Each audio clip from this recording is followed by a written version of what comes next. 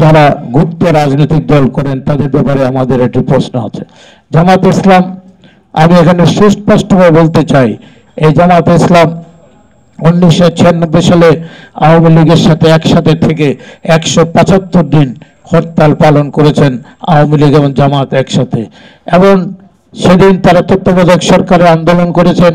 বেগম খালেদা জিয়া জনগণের সমস্ত ম্যান্ডেটকে সামনে রেখে আমিও সেই সংসদে ছিলাম, বা সারা রাত্রি থেকে আমাদের সেদিনকার স্পিকার ছিলেন মির্জা জমিরুদ্দিন সরকার, উনি সারা রাত, উনি আইনমন্ত্রী ছিলেন, আর শেখ রাজাক আলী সাহেব স্পিকার ছিলেন।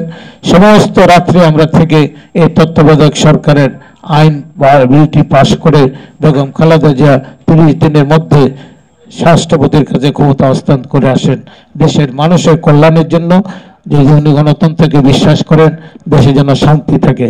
এই প্রক্রিয়ার মধ্যে দিয়ে সেদিন আমরা দেখলাম যে আন্দোলন সংগ্রামটি জামাত ইসলাম করলো, সেই জামাত ইসলাম মাত্র সংসদে 3টি আসন পেয়েছে। আমরা আন্দোলন এত বিরোধিতার মধ্যেও বিএনপি সেদিন 116টি আসন পেয়েছে। আমিও আবার সেই সংসদে নির্বাচিত হয়েছিলাম।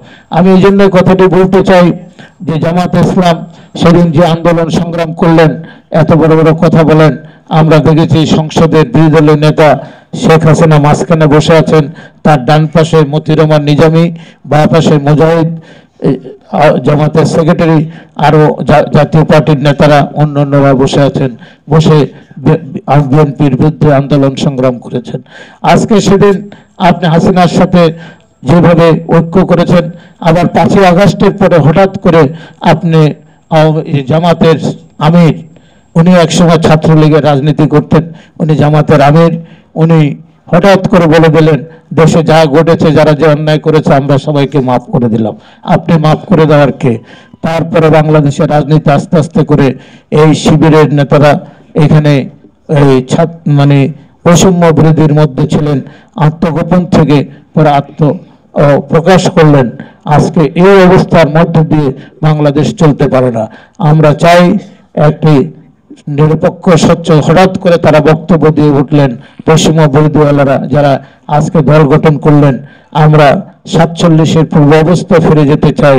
আমরা 71 মানে না, যারা 71 মানে না, যারা মহান মুক্তিযুদ্ধ মানে না, তারা শহীদ প্রেসিডেন্ট জিয়া রহমানকে মানে না। 71 হলো আমাদের স্বাধীনতার মূল স্তম্ভ, 71 হলো বাংলাদেশের 30 লক্ষ শহীদের রক্তের বিনিময়ে অর্জিত এই বাংলাদেশ।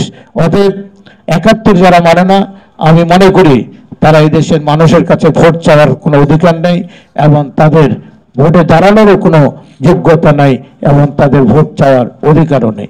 আমি তাই মনে করি শহীদ প্রেসিডেন্ট জিয়া রহমানের ঘোষণার মধ্যে দিয়ে যে বাংলাদেশের মানুষ গণতন্ত্রের জন্য লড়াই করেছে, এই গণতন্ত্রের জন্যই মুক্তিযুদ্ধ হয়েছে, অন্য কোনো কারণে হয়নি মুক্তিযুদ্ধ। আজকে তাই বাংলাদেশের মানুষ তাকিয়ে আছে কখন মুক্তি পাবে। এইভাবে একটি দেশ চলতে পারে না, একটি সরকার চলতে পারে না। দেশে আইন শৃঙ্খলা নেই, একটি মব জাস্টিসের নামে যে কোনো লোকের বাড়িতে হামলা হচ্ছে, যে কোনো মানুষের সম্পদ লুণ্ঠন হচ্ছে, যে কোনো মানুষ যে কোনো জায়গায় মৃত্যুবরণ করছেন। আইন শৃঙ্খলার পরিস্থিতি এত অবনতি ও দ্রব্যমূল্যের এত ঊর্ধ্বগতি, মানুষের নাবিশ্বাস ছুটে গেছে। দেশের শিল্পায়ন বন্ধ হয়ে যাচ্ছে, শিল্প কারখানা বিনিয়োগ আসছে না।